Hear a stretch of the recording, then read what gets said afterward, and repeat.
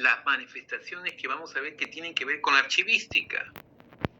Si no tenemos ese concepto, olvídense, vamos a decir, no ingresa la archivística como arte. En cambio, lo que quiero establecer que el concepto de arte griego facilita estudiar las cosas que tiene la archivística como manifestación artística. ¿Qué era la cuestión artística? Tanto en las sociedades mesopotámicas, en las sociedades egipcias, no había una especie de academia de arte. El arte era un sentido muy amplio. Por todas las sociedades tradicionales, es decir, que su arte está ligado al mito, ¿no? Sobre todo al mito, a la historia de sus leyendas, a lo religioso. Casi siempre el arte está ligado. El arte va a tener su separación recién en el siglo XIX, pero todas las manifestaciones artísticas, digo artísticas, la palabra artística, están ligados al mito de creación, como lo hemos visto en el caso de Egipcio.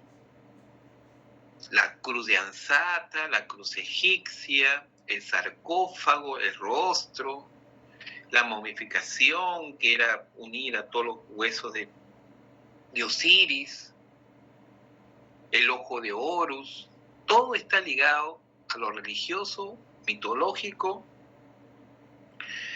y en sí es no está separado esos mundos. Y en Grecia tampoco está separado, ni en Mesopotamia tampoco está separado. Solo que los griegos lo definieron ese tipo de actividad que, si bien se hace un arte para las cuestiones mitológicas, para las cuestiones religiosas, para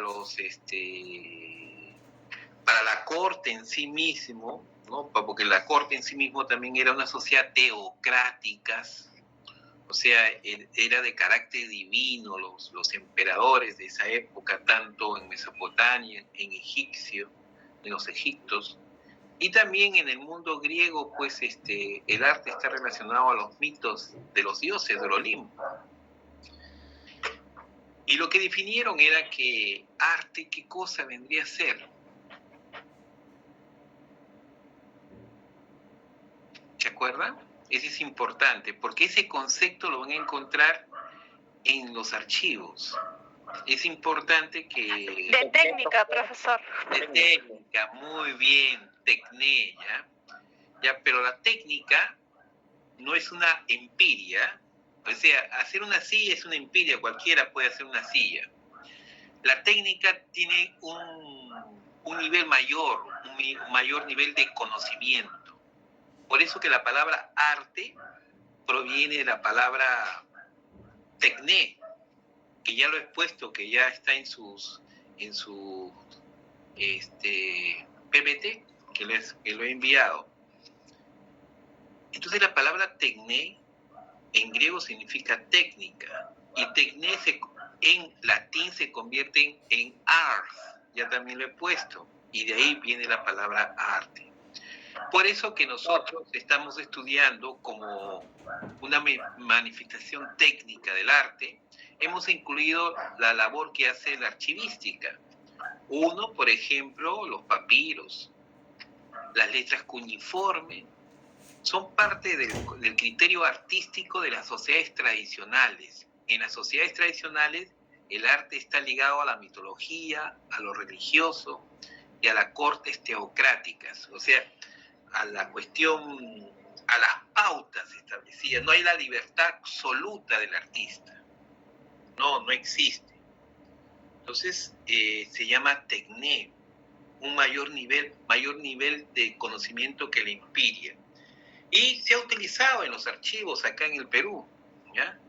Cuando utilizan el concepto de arte, en algunos libros del siglo XIX, van a utilizar al arte prehispánico llamándole arte no como bellas artes, no como belleza artística, sino como técnica. La técnica de la alfarería, es decir, cómo hacían grandes obras alfareras con solamente el paleteado y sin torno, cómo podían haber logrado ese tejido, la calidad del tinte que ha durado cientos de años. Se explicaba la soldadura también. Entonces, era visto de otra forma, como una cuestión tecnológica. Y lo que estamos viendo nosotros, que el concepto de arte, hemos visto también en las sociedades como egipcio y ligado a los archivos, los papiros, que estaban sobre todo en las tumbas. Recuérdense quién fue el escribano. El escribano era un personaje importante, ¿no? Que era incluso, había un personaje, un dios, una ave que representaba a los escribanos y que guardaba toda la documentación. ¿Cómo se llamaba ese? ¿Cómo se llamaba ese dios? ¿Ese ave? ¿Se acuerdan? Ibis, profesor. Ibis, muy bien, Ibis. Muy bien, mi estimado Juan, ¿ya? Ibis, ¿ya?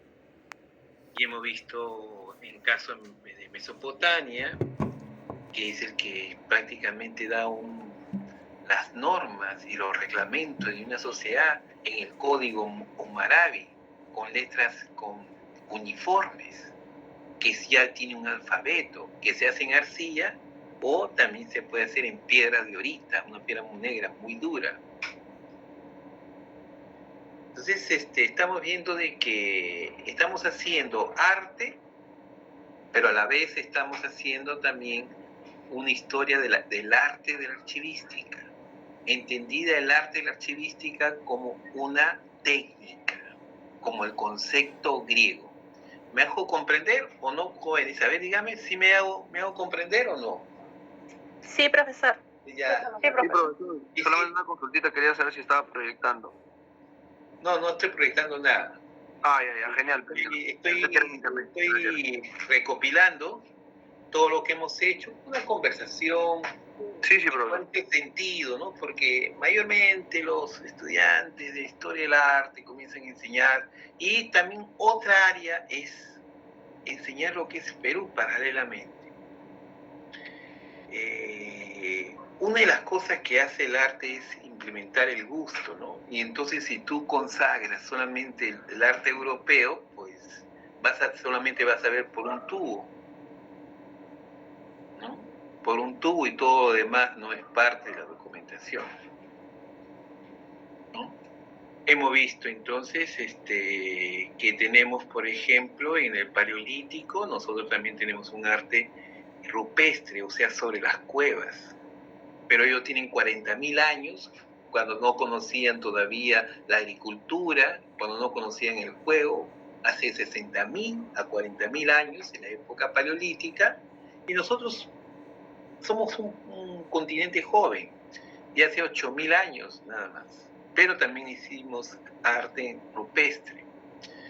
Tenemos también que hay una serie de simbología, así que la archivística debería verla, que es una área una disciplina de la archivística, que ahora sí creo que ustedes ya lo saben de memoria. A ver, jóvenes, ¿cuál es? Que ve los signos así, de esas culturas primitivas, en el mejor sentido de la palabra. A ver, ¿cuál es esa disciplina de la archivística? Epigrafía, profe. Muy bien, Melissa. Ya la epigrafía, ¿no? La cuestión de los signos, porque es una cuestión de comunicar y documentar. Eso no es una escultura, no es un relieve, son signos, ¿no? Claro, de imágenes pictográficas, solamente que es una documentación, es documentación. Y usted, ¿qué es la archivística? Es la organización de la documentación, que son productos de una actividad humana o institucional. Eso es la archivística. Cuando ustedes le definen la archivística, es el conjunto de organización de documentos producto de la función, le dicen siempre. Usted tiene un curso que le dan ya de archivística, producto de la función de la actividad de una persona o de una institución. Eso es. De una persona o grupo de personas o institución. ¿Ya? Esos son los que generan. Entonces todas estas cosas de petroglifos que vemos a las afueras de las piedras así, es un afán de comunicar, de documentar algo. Es más, podemos entender, y sería bien interesante, ¿no?, que casi siempre el arte, los arqueólogos ven pues el arte rupestre como si fuera pues estadio de la sociedad. Estamos en la época de la barbarie, estamos en la época de la domesticación, pero es más que eso. Las imágenes es una cuestión de registro documental económico de un país, cómo se mueve, ese registro documental de una actividad especializada. Entonces está ya en el mundo de los registros, y eso tiene que ver con una disciplina que todavía no tenemos acá en el Perú, que es la epigrafía. Algún día alguien, pero como nadie da plata por la epigrafía, pues no le importa. El Perú, mientras que otros países, México, todos han avanzado en ese sentido, España ni hablar, pues nosotros, el arte va a estar en la última rueda del coche, como dicen. Pero el arte entendido, encuentre que el arte debe ser entendido hasta el momento como una técnica, ¿ya? Tecné, como griego. Una técnica ligada a lo religioso, a lo mitológico y a lo teocrático, ¿ya? Eso es lo que estamos viendo. Bueno, ¿alguna pregunta? Me dicen si es que es muy denso las clases, ¿ya? Si es que mucha información te llevan, ¿ya? ¿Está bien dosificado? ¿Sí, jóvenes? Sí, profesor. Sí, Ya. profesor. Vamos Se entiende. a ver. Ya vamos a ver entonces, ya son 6:13, vamos a esperar 6:15, ¿cuántos son? Alumnos son, ya son 30. No, ya estoy medio ciego yo. 34, ¿no? O no veo muy bien. Ya. Vamos a esperar un minuto más para que ingresen.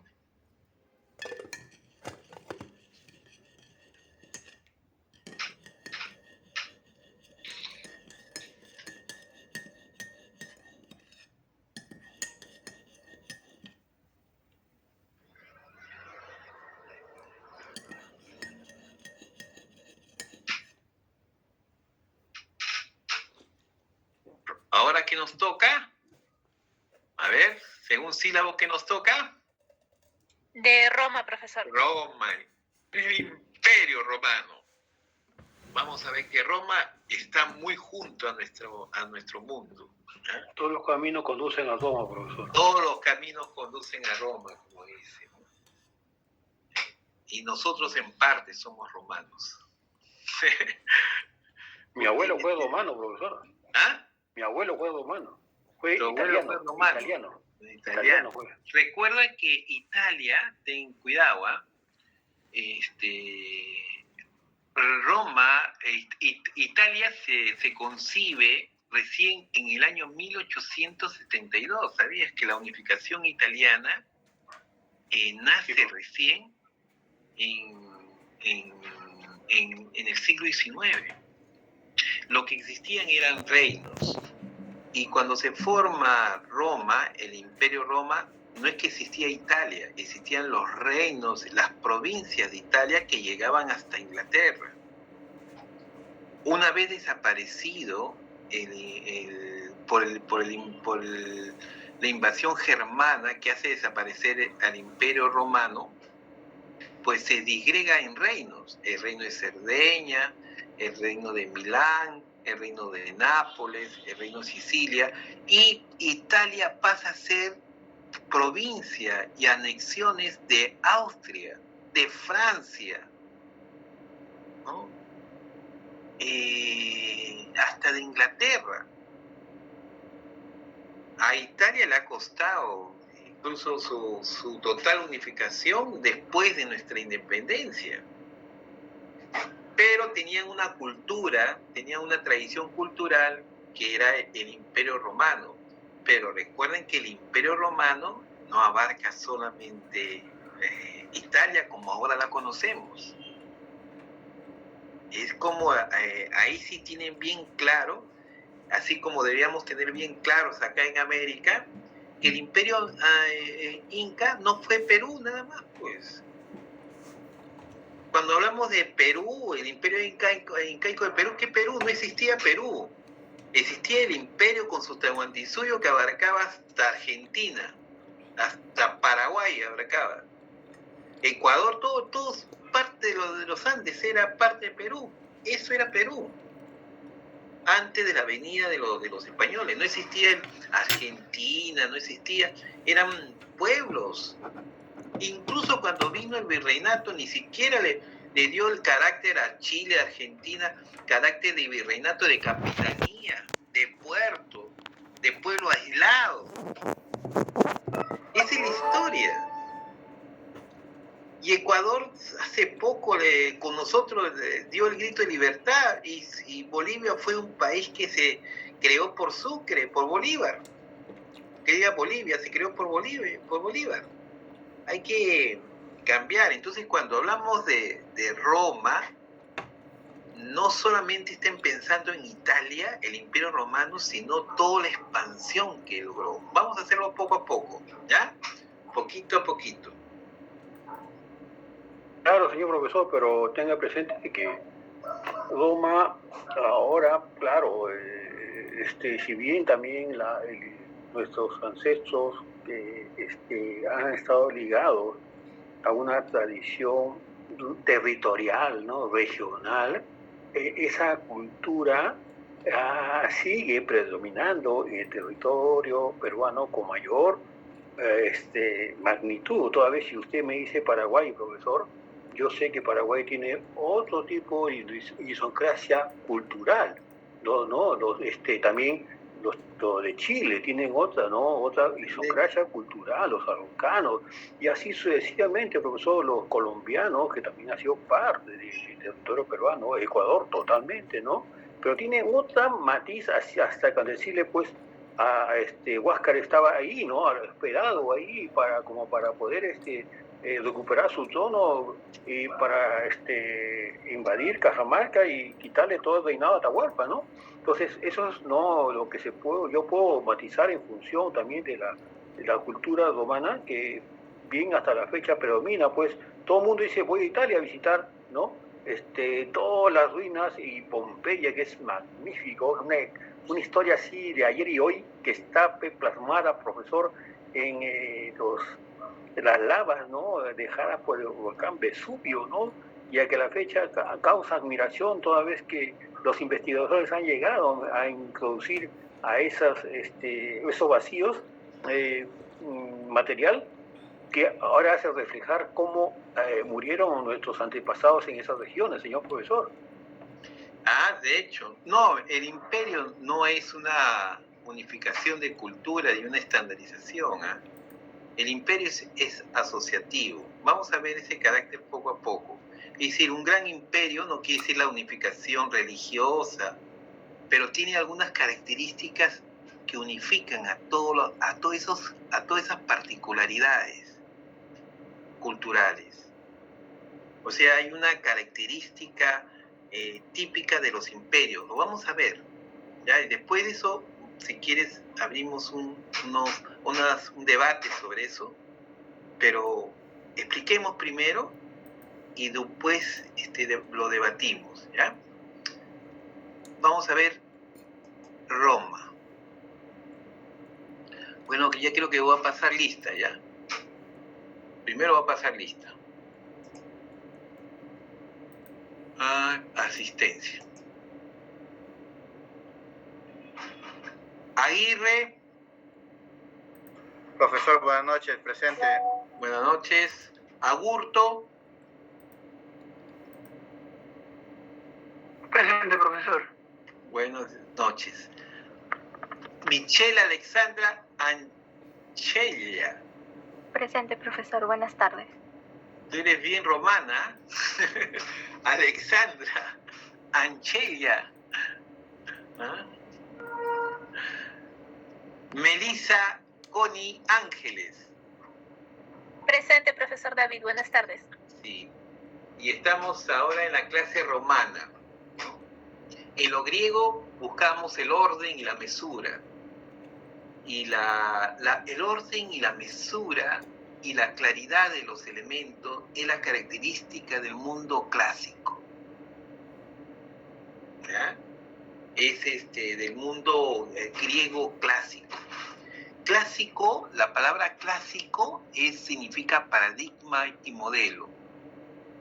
Y la característica que hemos visto en cada sociedad, por ejemplo, en Egipto hemos visto la serenidad, la tranquilidad, la inmovilidad en el arte, y eso se expresa mucho en todo el mundo egipcio, que buscan un orden establecido con cierta tranquilidad en la naturaleza. Hemos visto el mundo mesopotámico, que ellos buscan una especie de relación con los astros. Todo va hacia arriba. Como tienen una agricultura muy agreste, al parecer son como los aztecas que miran hacia arriba, miran a sus dioses de los astros. Y luego entramos a Grecia, que es la mesura, que es el orden, que es la simplicidad. Nada debe estar exagerado. Y ahora entramos a Roma. ¿Y usted qué características que tiene el Roma?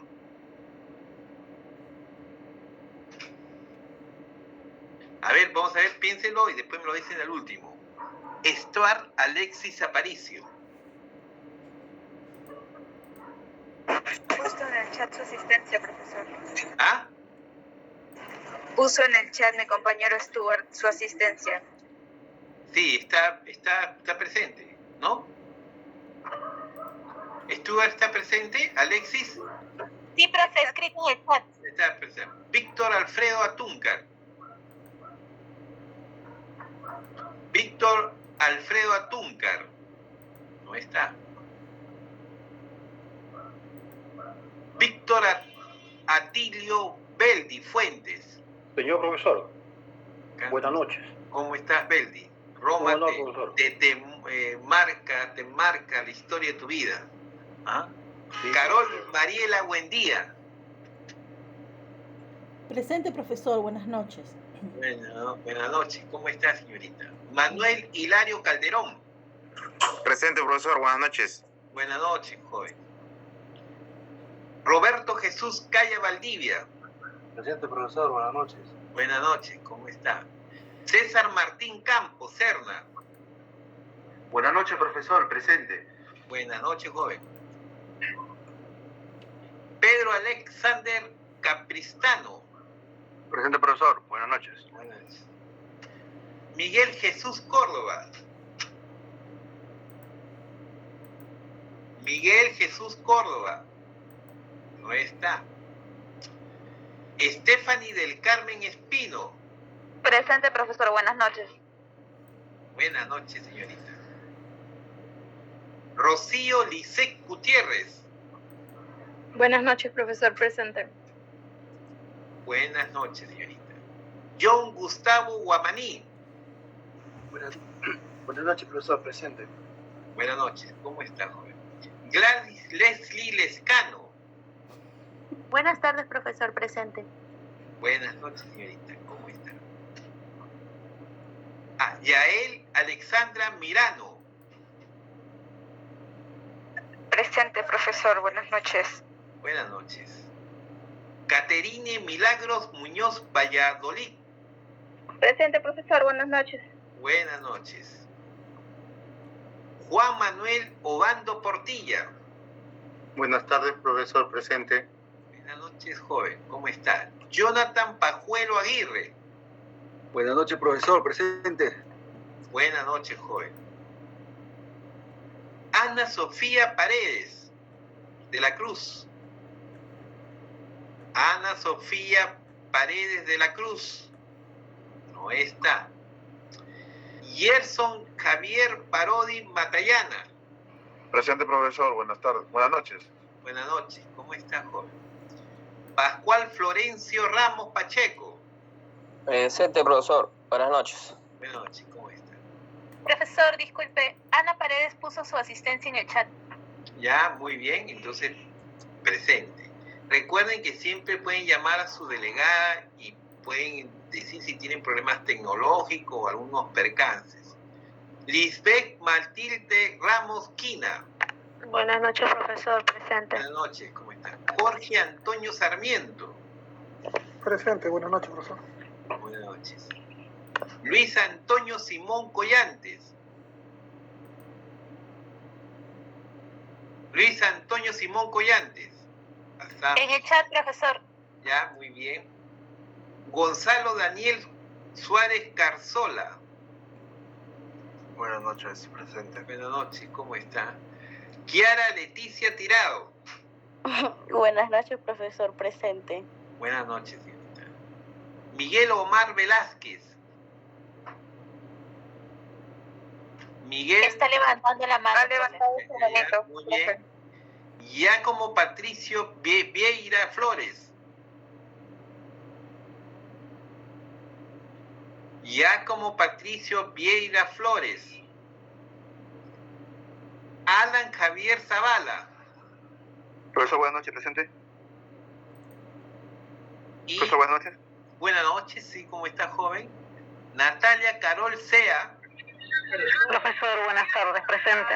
Buenas noches, señorita. Roxana Marisol Zuni Chávez. Presente, profesor. Buenas noches. Una promoción que hay con 3 zetas de estaño, ¿no? Bueno, los que faltan son Antúncar, Córdoba y nada más. Y Vieira. Guardar. Guardamos. Sí. ¿Desea guardar? Sí. Asistencia correcta. Ahora vamos a compartir un PPT.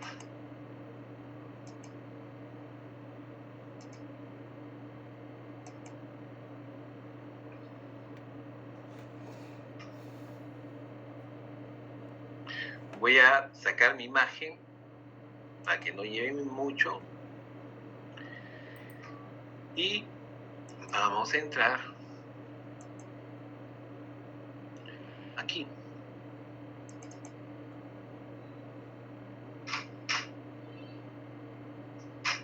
Vamos a sacar esto y vamos a ponerlo en modo cine.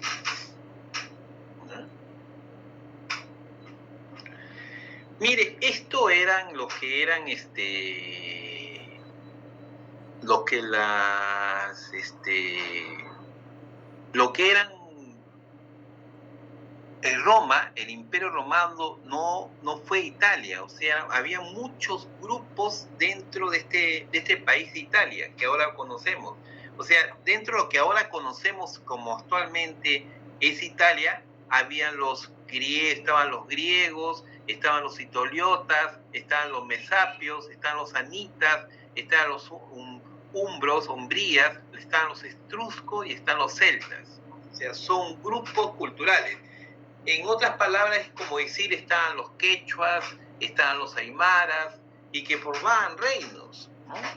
Pequeños reinos, pequeños grupos. Estaban los mochicas, estaban los achanincas, digamos en el Perú, en el caso del Perú, ellos también tienen grupos culturales.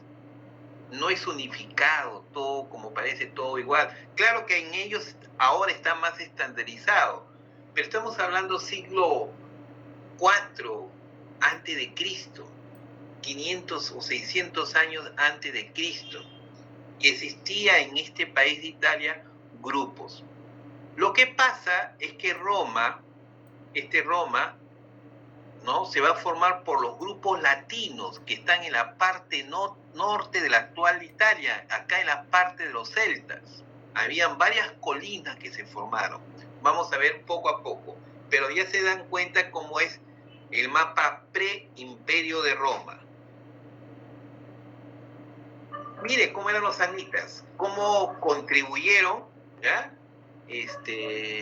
Cada grupo cultural contribuyó para formar el gran imperio romano. La unificación de estos grupos culturales, la idea de formar un gran imperio a partir de Roma, pues cada uno contribuyó.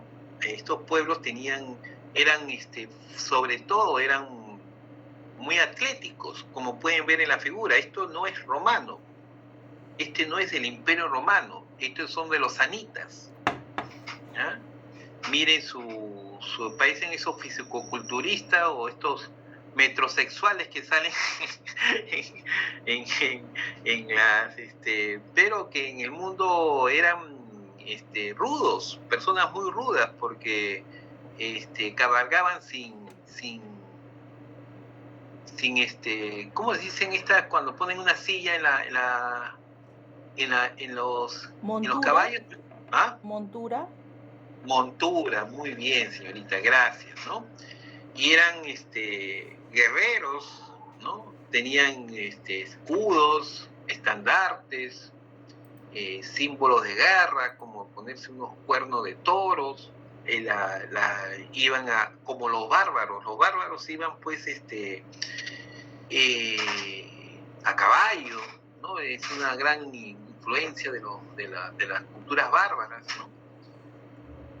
Pero recuerden que iban en faldita. Los hombres no utilizaban pantalón, solamente los grupos bárbaros utilizaban pantalón. Un romano no, era imposible que utilizara pantalón.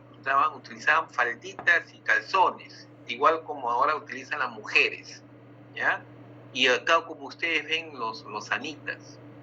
Si ustedes ven una diferencia iconográfica cuando ven en las luchas de los romanos y quieren identificar los romanos con los, por ejemplo, normandos o con los godos, pues es que los godos y los normandos tienen pantalones y los romanos tienen falditas luchando, ¿no? Con una tremenda espada que ya te puedes imaginar.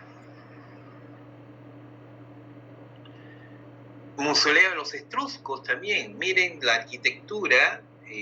Otra gran influencia es la arquitectura, ¿no? La arquitectura de piedra también no era exclusiva del mundo griego, también de un grupo cultural llamado etrusco que hacían mausoleos, cuestiones recordatorias de su familia, el gen familiar.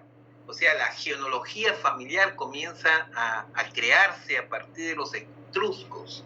Esta idea del patricio, esta idea de ver la herencia de la familia a través del padre, ese patriarcado, este gen, ¿no?, que se utiliza con las cuestiones emblemáticas dentro del mundo romano. Se forma la familia de los patricios, que son los ciudadanos, los que van a votar, los que van a elegir, los que van a hacer las leyes, los que van a hacer la organización de la sociedad. Pero eso ya se vio, de este espíritu patriárquico ya se vio de los etruscos. Aunque esta idea de los padres ya saben que es una idea solamente, es un consuelo de los hombres, creer que nosotros vamos a dejar descendencia a lo largo de nuestra vida. ¿Por qué? A ver, chicas.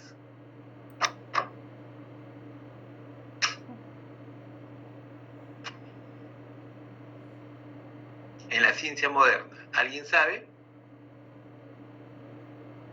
Miren. Instinto de supervivencia. No, hay una cuestión que tienen las mujeres que no tenemos los hombres, ¿no? Es decir, nosotros podemos encontrar la Eva, pero no el Adán genético.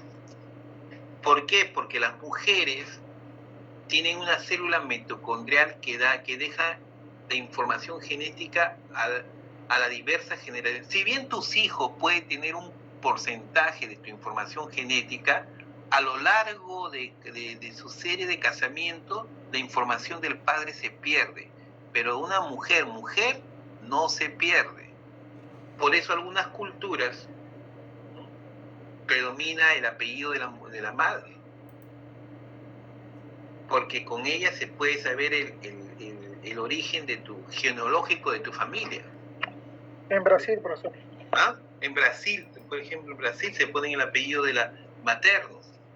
Es que genéticamente es mucho más real, pero como el hombre, por su fuerza y por todas esas cosas, quiere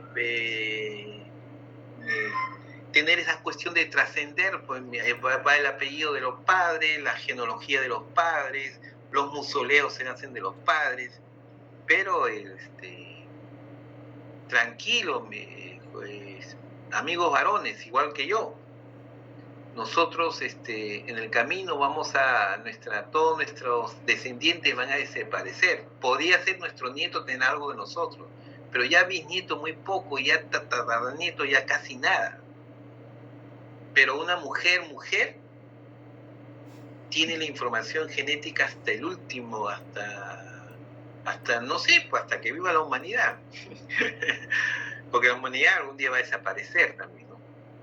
Los umbrianos, ¿no? Los umbrianos también hicieron una arquitectura funeraria muy importante que sirvió mucho para los futuros escultura conmemorativa.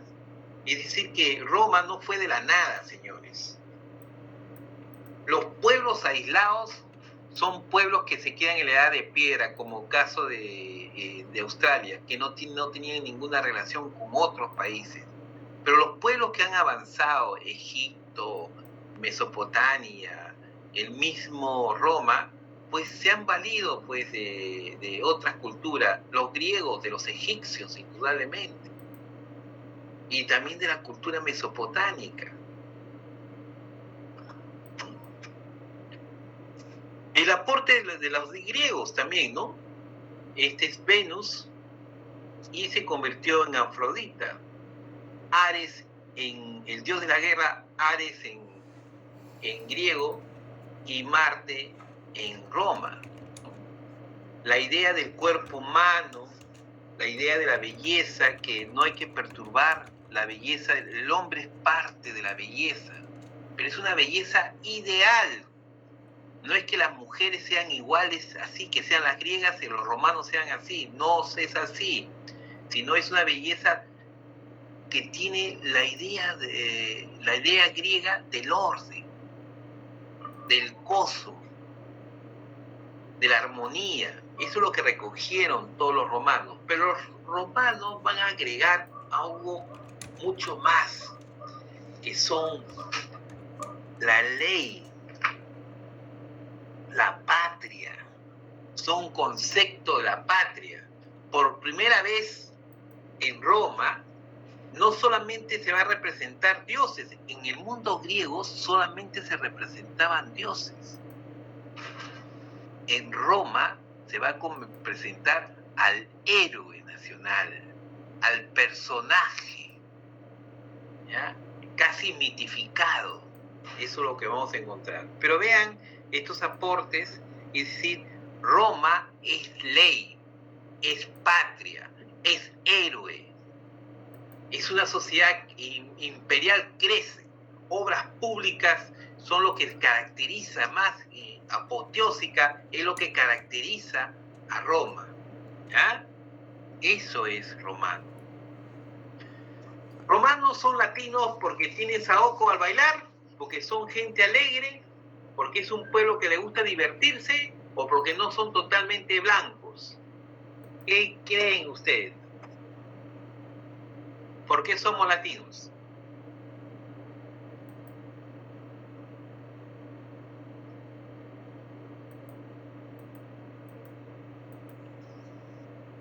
Profesor, ¿Hay alguna respuesta de ahí? profesor, profesor. Sí, Beldi, creo, ¿no? Sí, profesor, Beldi. mire, yo no sé si estaré coherente con esta apreciación que tengo yo. El globo terráqueo, el globo terráqueo, sí, profesor, en la parte opuesta de Sudamérica está Italia. Ya. Y por eso dice, ¿no?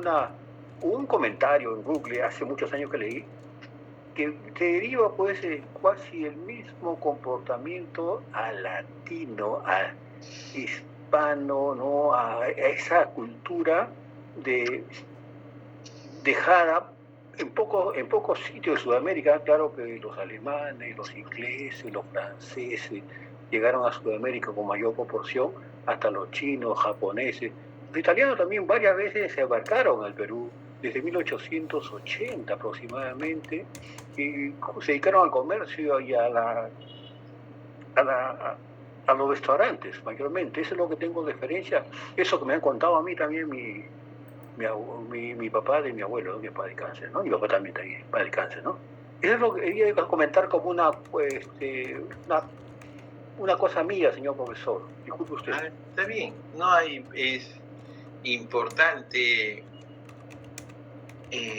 conocer, mira,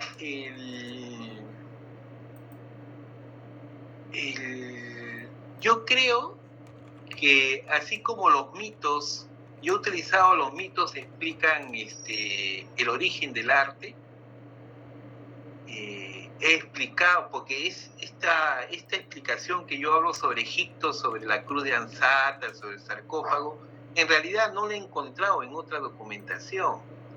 Yo la he estudiado a través del estudio de la religión de Mercier Eliade, sobre la historia de los dioses egipcios.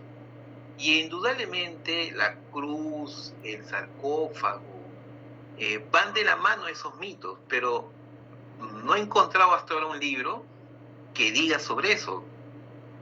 Tal vez alguien se habrá dado cuenta. Yo no me he atrevido a poner eso como una explicación propia, porque no soy un conocedor, un egiptólogo. Pero sí, no hay que desestimar información que vengan de historias, de tradición. No hay que subestimarlo. He aprendido a no subestimar eso. Sin embargo, hay una información académica que lo tengo que decir, porque eso es lo que manejamos. Tiene que haber pautas, si no, no es que sea inválido tu discurso, sino que tenemos que ponernos un orden sobre la comunidad científica. Puede hacer lo que tú me digas, puede demostrarse posteriormente, pero tampoco podemos desecharlo como algo que no se debemos considerar. Pero, ¿qué sabemos de los latinos? Sabemos esto. En la parte norte, en la parte de la cabeza, digamos, de Italia, existían varios pueblos llamados latinos: Palatino, Capitolio, Viminal, Quirinal y hasta el Vaticano. Acá falta el Vaticano, creo. El Vaticano son las llamadas 7 colinas. 1, 2, 3, 4, 5, 6. Acá está el Capitolio, que está donde está el Vaticano. ¿Ya? O sea, son colinas, son 7 colinas. ¿Ya? Todas estas colinas tenían comunicación, son pueblos latinos que hablan la lengua latina. Lo latino no viene porque somos más calientes en nuestro espíritu, proviene sobre todo por la lengua latina, que a su vez es indoeuropea, ¿no? Que viene del sánscrito, y esa es otra historia de los lingüistas. Pero fundamentalmente venimos Roma se forma por este grupo, que luego se va a instalar con la historia de Rómulo Remo, ¿se acuerdan? Con la loba capitolina, ¿no? Acá en el Capitolio, que ahora lo encontramos como Vaticano, y va a formar lo que es el Imperio Romano.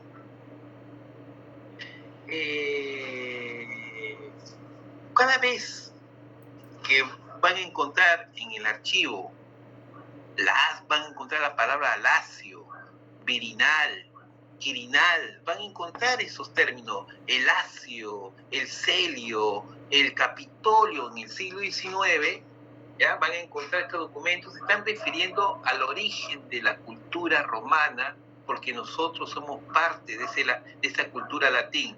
Recuerdan que no por gusto en la Universidad de San Marcos se enseñaba latín, hasta no hace mucho poco, bien entrado hasta el siglo XX se enseñaba latín, como una especie de enlazarnos con la tradición romana, con la tradición del Imperio Romano, que es el origen de nuestra lengua. El origen de nuestra lengua. Ahora solamente se estudian, los filósofos estudian latín para leer mejor a los filósofos que escribieron en latín, para entenderlos mejor. Pero antes se utilizaba como parte de nuestra tradición romana del Vaticano. Es más, Bolívar, ¿no? Bolívar, y ahí declara Bolívar la liberación del continente americano, pero no lo hace desde los Andes sudamericanos, lo hace desde el Lacio, de donde se encuentra el Virinal, donde se encuentra la colina. Todos ellos están muy influenciados con este mundo. Entonces en los archivos van a encontrar ese latinismo, este origen por el mundo latín, sobre todo en el siglo XIX. Recuerden que la República se inspiró en la Revolución Francesa. Y la Revolución Francesa, ¿ya?, tiene como paradigma el pensamiento de la Ilustración. Y la Ilustración evoca al mundo greco-romano como modelo de sociedad, como un modelo, como donde se dio la democracia y se dio las mejores manifestaciones del arte. Entonces lo que hace Bolívar nunca se va a pintar sobre unos Andes, sino sobre lo que para él inspira el Imperio Romano. Entonces él habla y lo hace de un monte palatino, ¿no? Siempre está pintado sobre los montes de latinos, porque quiere emular a los antiguos emperadores romanos, o unificar Europa, en este caso de Bolívar, unificar América. ¿Qué es un imperio? ¿Hasta aquí alguna pregunta?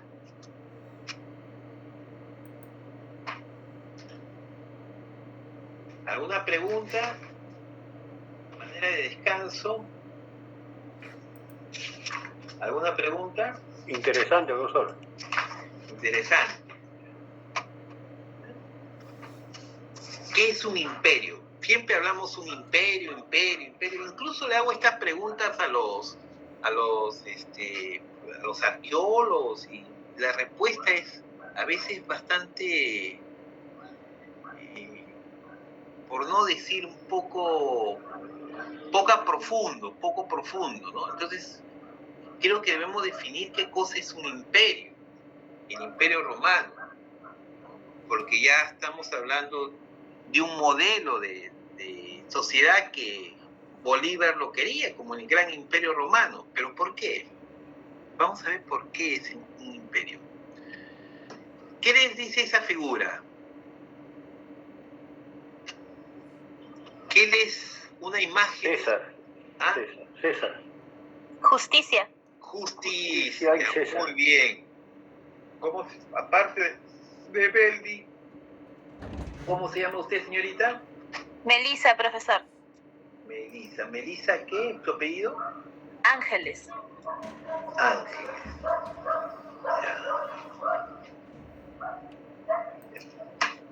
Esta es la alegoría de la justicia, pues, ¿no? la alegoría de la justicia se ven que esta es una mujer joven o madura. Madura, profe. Madura. ¿Y saben por qué es una mujer madura? Está representando a la madre patria, la diosa de la justicia, porque para los romanos las mujeres maduras tenían una cualidad y una virtud. Es que después de tener hijos, después de enamorarse, que es parte de la enajenación que hablaban los griegos y que los romanos lo tomaron como una enajenación normal que iba a pasar, pero las mujeres ya que habían parido para los romanos y que ya tenían hijos, pues no se dejaban llevar por las emociones banales del hombre. Hay unas representaciones de las mujeres maduras que en su mano izquierda, que es una emblemática de Alciato, en su mano izquierda tiene un cubo de madera, así en su mano, un cubo que abarca todo el cubo perfecto, así un cubo perfecto, que abarca todo su mano. Y sobre ese cubo tiene una daga que cae en el punto medio está clavada en el punto medio de esa cajita de madera. ¿Qué significa? La mujer madura es estable como el cubo, pero es incisiva y aguda como esa daga. Por eso las diosas son mujeres maduras. Qué diferente que ahora de concepción que tenemos en la actualidad, ¿no? Qué gran diferencia.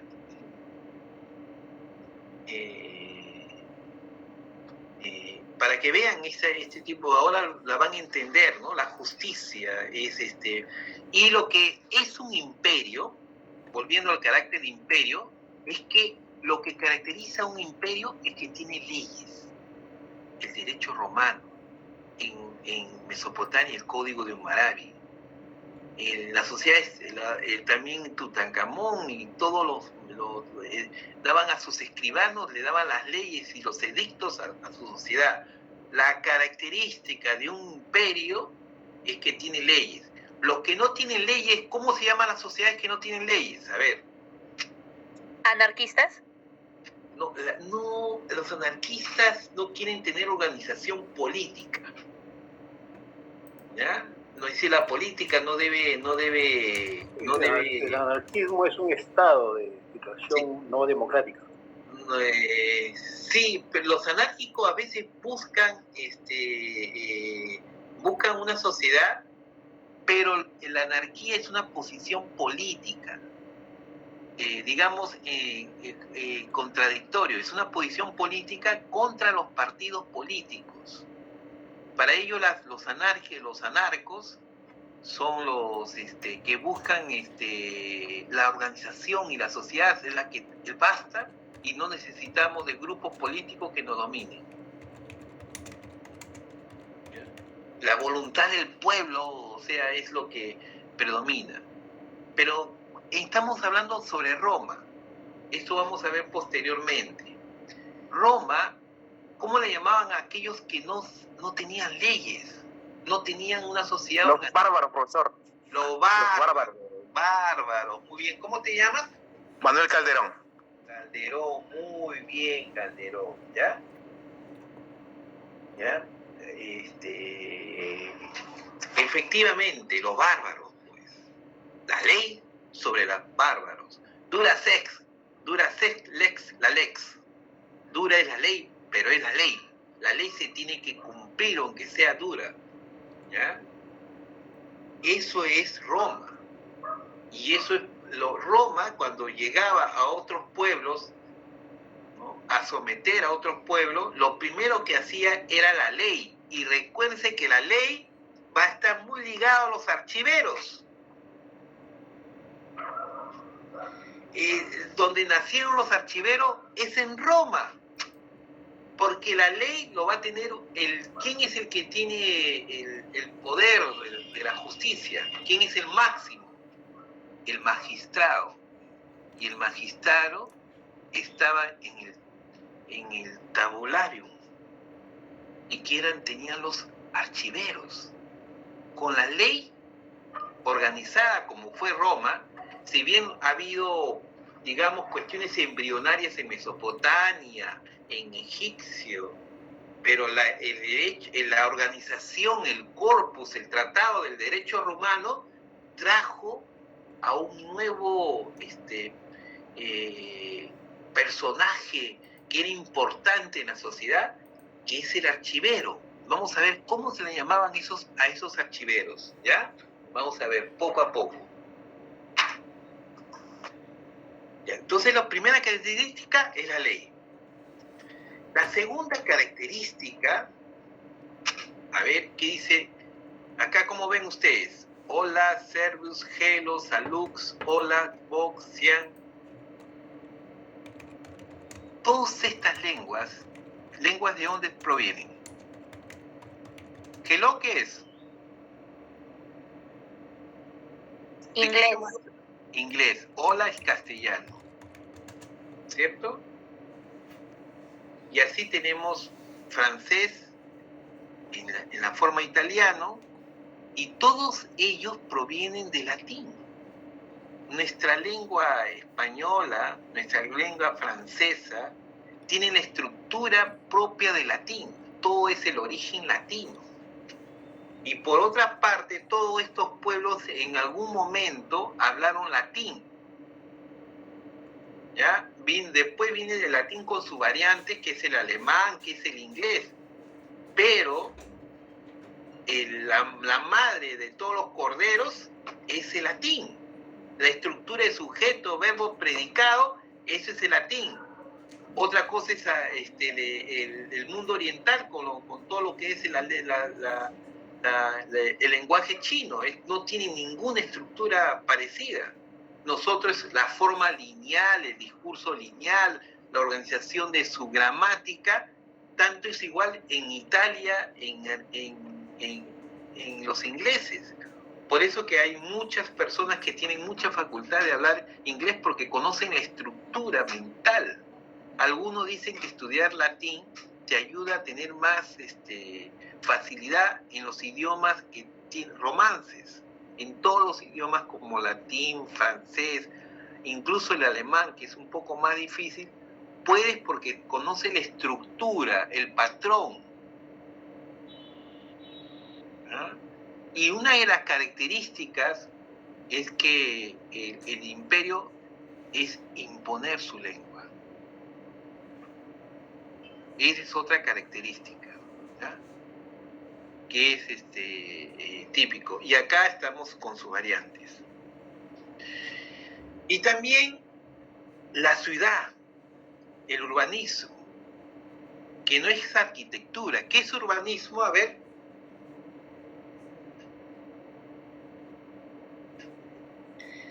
Es Roma. ¿Y qué significó Roma? Una ciudad urbana. ¿Qué significa una ciudad urbana? Cuando hablamos de urbanismo en Lima, ¿qué significa? La planificación y la ordenación de la ciudad, profesor. Muy bien, joven. ¿Ya? Es la planificación de instituciones, ya que ustedes llevaron historia de las instituciones en la ciudad. El poder judicial, el poder, los foros donde estaban los senadores, los templos, los centros de educación, todos los baños públicos, todo eso es parte de la organización. El urbanismo es como una torta, ¿no? Primero, para hacer una torta, ¿qué necesitamos? A ver, aparte de los productos, ¿cuál es la primera base de la torta?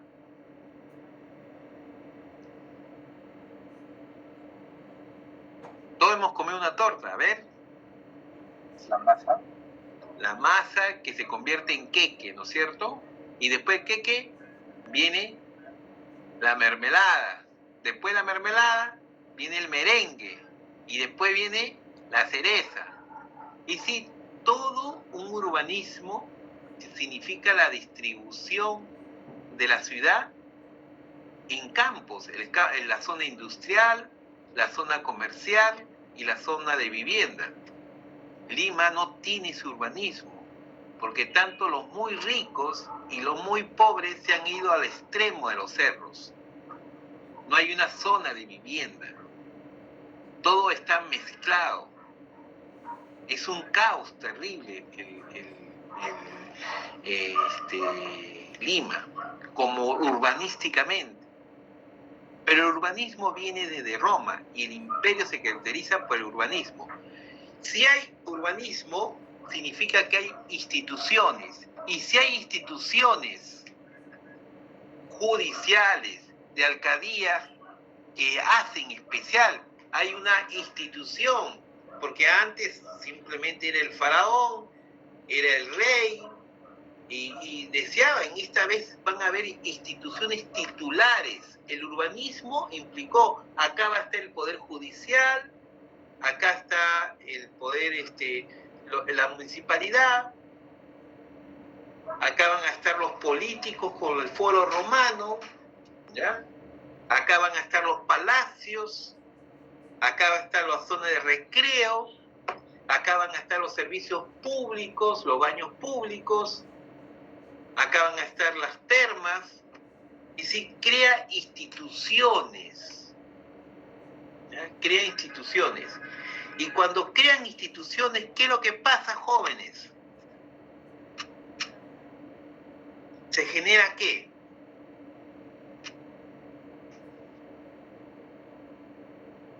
¿Qué genera institución? ¿Qué tiene que ver con su carrera? Genera documentos, profesor. Documentos, muy bien, Verdi. ¿Ya? Lo que genera es documentaciones. Y la documentación tenía que estar organizada. Y adivinen cómo se llamó ese lugar.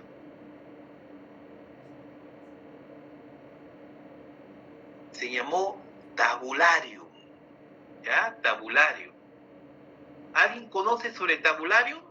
¿Ha escuchado como archivística?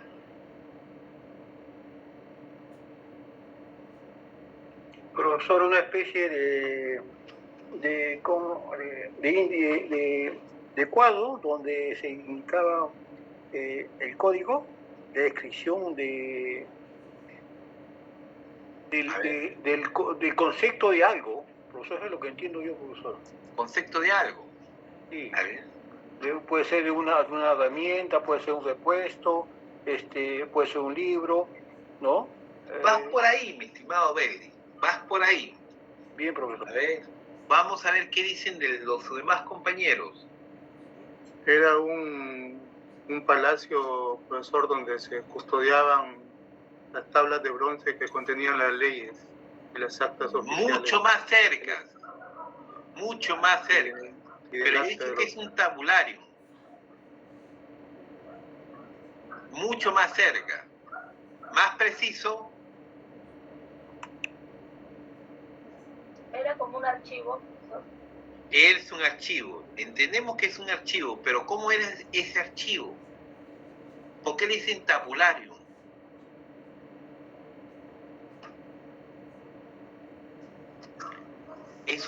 La palabra tabulario en el latín es un soporte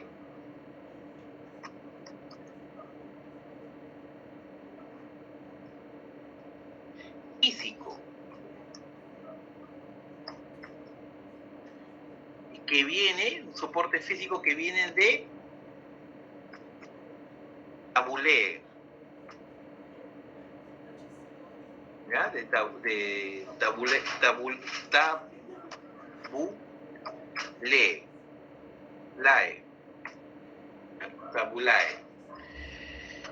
Es decir, el tabulario viene de la palabra, es un soporte físico de tablas. Esas tablas pueden ser efectivamente de bronce y de madera también. ¿ya? Sobre todo de madera eran estas tablas, era un conjunto de tablas que rejaban la documentación. Se utilizó papiro, pero en pequeña proporción, porque importar papiro desde Egipto era un poco complicado y de industria, no había una gran industria de papiro. Y en Italia no crecían las ramas de los papiros. Entonces era mucho más la utilización de las maderas. Y, por ejemplo, esas tablas ahora es un museo, ¿no? Una galería de tabulé, es una galería, y acá están las tablitas, ¿no? Las pequeñas tablas. Estas eran las galerías de este espacio anterior, ¿no? Entrabas por acá. Esta es una construcción renacentista posterior, pero acá está la construcción del tabularium, donde se guardaban los edictos, los decretos, las leyes de los foros romanos. Había gente especializada, o sea, los primeros archiveros, propiamente dicho, los primeros profesionales, con una condición privilegiada, estuvo en Roma. ¿Ah? E incluso se le llamaban a estos personajes que estaban, guardaban estas tablillas en esta galería de tablillas, se llamaban, espérate, vamos a poner, a ustedes sé cuál era su nombre, tabulari.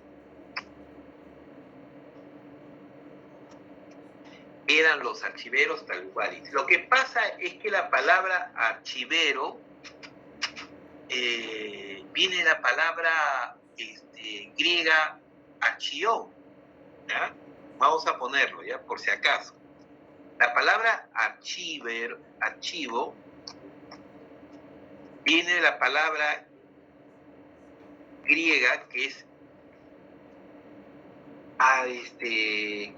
archión.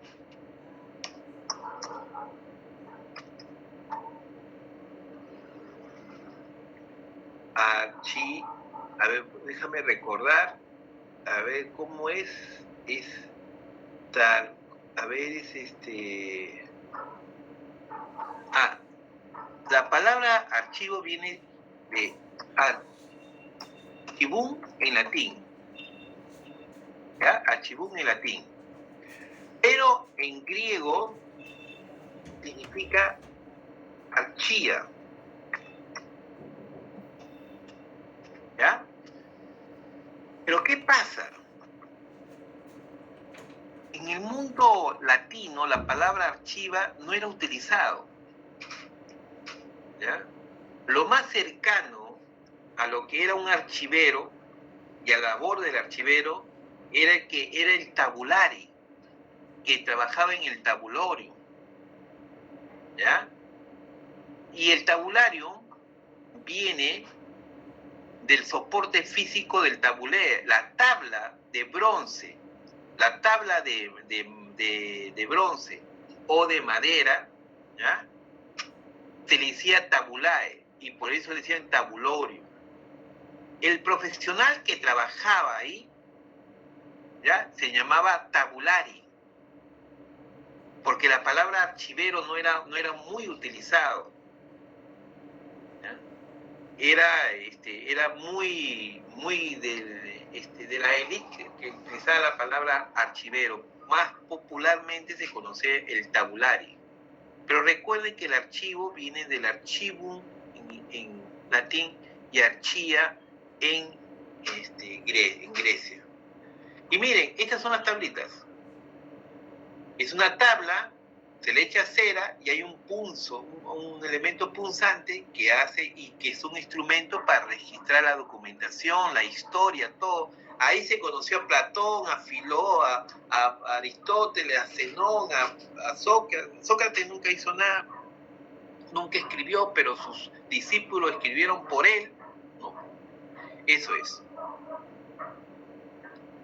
¿Qué les parece, pues? Que acá están sus orígenes. ¿No les parece interesante? Entonces, no pierdan la siguiente idea. Un imperio tiene ley. Un imperio tiene lengua, expande su lengua. Y con la ley también establece un urbanismo. Y otra característica del imperio es la documentación. Los registros de documentación es la que caracteriza a un imperio. El talubari, este personaje que ustedes son el tabulari, pues ahí son los que ustedes tenían que hacer la gran chamba si hubieran nacido en Roma. Y eran muy estimados y vivían en una condición privilegiada. Pero sin embargo, no necesariamente eran ciudadanos, podían ser libertos, dados por libertad por sus amos y por los patricios, y cumplían una función muy importante dedicada a ordenar la documentación de todo Roma. Roma era un pueblo bastante organizado en documentación, ¿ya? Pagado por el propio imperio. Luego, las construcciones, miren estas construcciones de pisos, ¿no? No es la primera vez, no crean que los primeros, segundos pisos es un descubrimiento contemporáneo, ¿no? Las galerías que se tienen, las galerías, los arcos de medio punto, las columnas, las construcciones de tercer o cuarto piso, es típicamente romano, ¿ya? Es típicamente la ciudad donde vivían los patricios era importante. ¿Y esto qué es para ustedes? A ver, cuando vayan a Roma, ¿alguien ha ido a Roma? Belvi, ¿has ido a Roma o no has ido por Roma?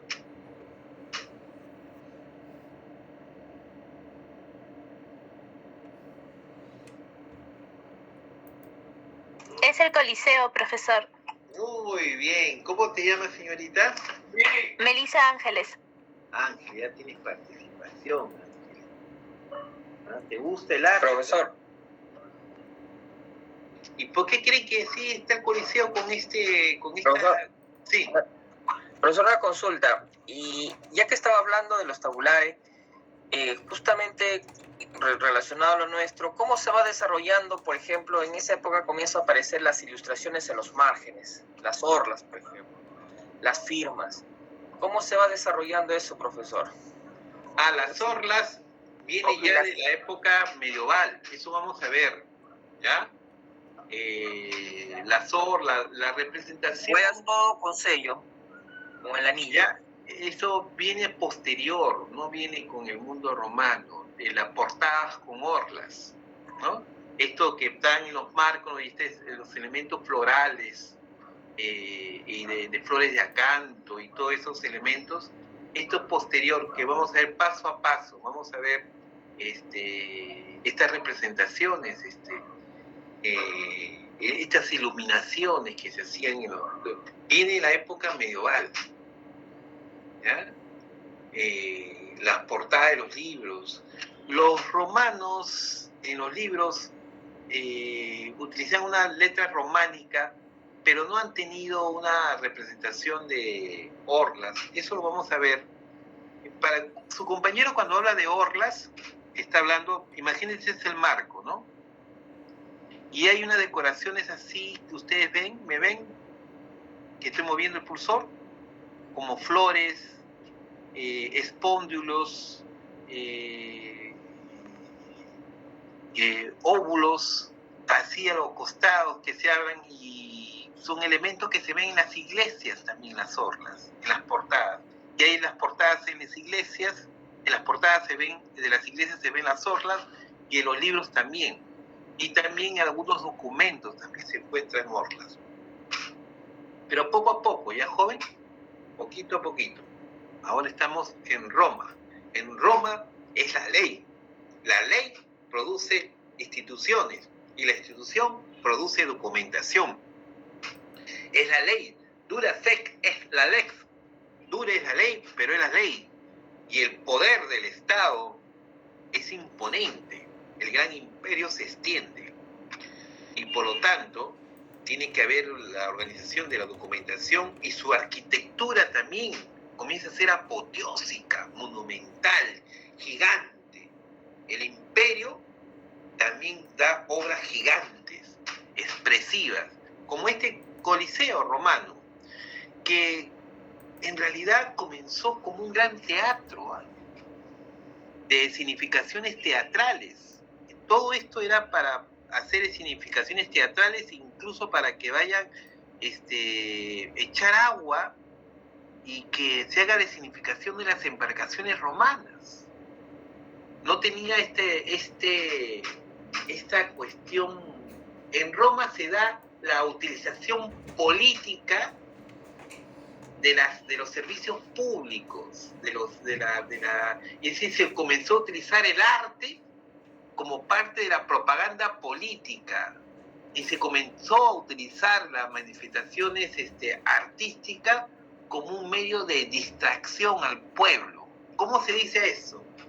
Cuando te quieren distraer a veces contemporáneamente con una diversión, y con esa diversión quieres salir que tú te aísles del mundo, de la realidad, que los emperadores se dieron cuenta de ese mecanismo eficaz. ¿Cuál es ese eslogan que se hacían en Roma? ¿Cómo se llamaba?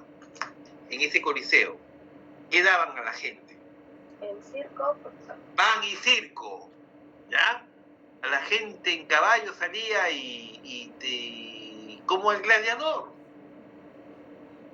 El gladiador explica muy bien. ¿Han visto la película El Gladiador? Muchas veces, profesor. Sí. El gladiador, ¿qué explica? Un sueño, dice. Yo no he visto. Ya, tienes que verlo, está en YouTube, pon gladiador y vas a ver el sueño de este gladiador, que se convirtió en gladiador porque realmente era un general, era un parte del ejército. ¿Ya? Una de las características del imperio es el ejército, lo vamos a ver poco a poco también. Y este gran general pues tenía un sueño de no convertir a la sociedad romana en un espectáculo, en un show.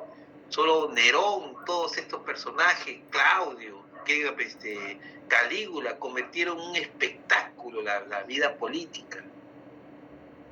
¿Acaso no se convierte eso también en llamar la atención a la gente? Yo no sé, es una opinión personal, ¿no? Pero yo vivo en Los Olivos y los políticos llaman a grupos. Yo no estoy en contra de los grupos populares para nada, me encantan. Pero poner a esas chicas casi con pocas ropas, bailando y llamando así a la gente por la política me parece de un nivel muy bajo para la población, ¿no? Es subestimar a las personas, o es que los peruanos somos así. Lo más terrible es que pueda decir que sí somos así, que nos dejamos llevar por esas. Yo digo que no, yo puedo ver a estas chicas bonitas y interesantes fenómenos que es la chicha, pero no es para el espacio político. Entonces, todos los partidos han traído su grupo chicheros, las chicas con sus calzoncitos bailando, muy bien, se le ve excelente. Yo iría, pero para otro espacio, a divertirme, el día de mi santo, el día de que me puedo juntar, aunque ya estoy viejo, ya no hago esas cosas, pero si hubiera joven, tal vez hubiera estado en ese mundo. ¿O qué les parece, joven? ¿No? Los recursos que se utilizan me parece de lo más indigno, ¿no? Y eso se ha ido degradando, porque cuando tú ibas a un meeting, escuchabas al político, al discurso del orador, a un Bedoya, a un Alan García. Alan García ha sido un orador con todo lo político malo que puede haber sido, ¿no? Pero escuchabas al orador. Ahora el orador no sale a hablar nada. En el meeting no hablan nada, solamente se presentan los grupos, bailan y dice acá estoy, voten por mí. Terrible, terrible, ¿no? O sea, estamos en una situación como pan y circo, como los romanos. ¿No creen, jóvenes? Sí, profe. Ya. Acá ven los templos, ¿no? Habían también templos, igual como los griegos. Están las mismas columnas que utilizan de la orden griega, en este caso las columnas corintias, que lo vimos la vez pasada, los mismos templos, casi igualitos como lo de Roma, muy parecido, con una construcción mucho más fuerte, que comienzan a utilizar el cemento y el podio, levantan, convierten a ser más apoteósico la construcción. En el mundo romano sí existían los templos, pero tenía una escala humana, o sea, uno podía sentirse como en su casa. Esta vez levantan podio, utilizan el cemento, comienza a engrandecerse todos estos templos porque el imperio es poderoso y los templos al igual tienen que tener esa característica.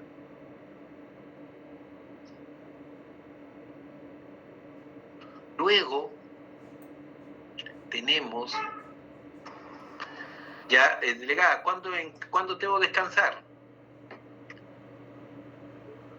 A las 8:15, profesor. Ya, vamos a ver. Y si hacemos 2 descansos, ¿qué te parece? ¿Qué opinan ustedes? Sí, profesor, por favor. Sí, podemos hacer un mini break. Sí, Porfa. mini break. Ya, vamos a ver. ¿Qué dice delegada? Usted. Estaría bien, profesor. Ya estaríamos haciendo vamos a hacer, nos quedamos acá, ¿ya? Y vamos a tener un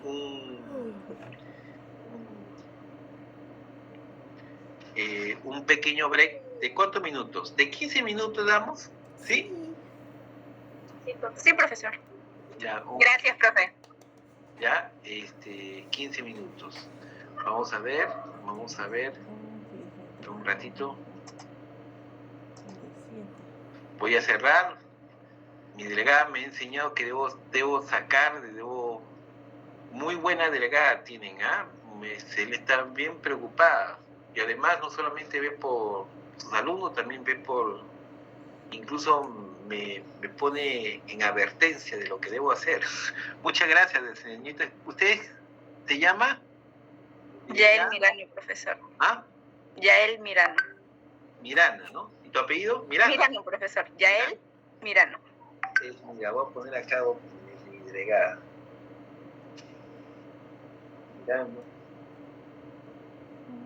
¿Tu apellido, por favor? Delegada.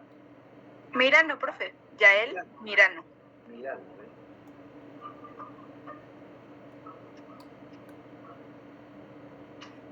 Mirano, Mirano. ¿Tengo Muñoz o estoy ciego? ¿Muñoz, Obando?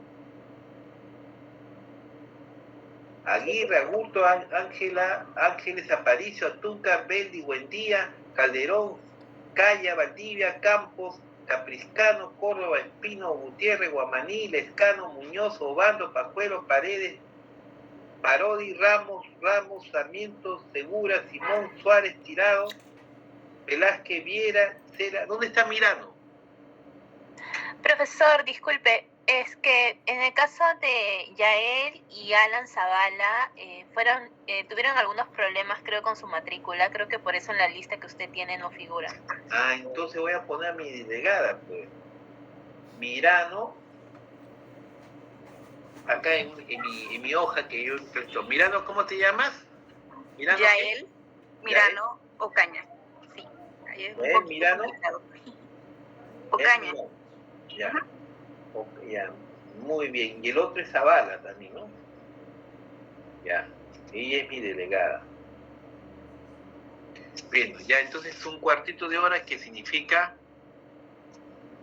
estamos 7:25, 15 minutos, ¿qué vendría a ser? 7:40, profesor. 7:40. Nos vemos 7:40, ¿de acuerdo? ¿Ya? Sí, profesor, gracias.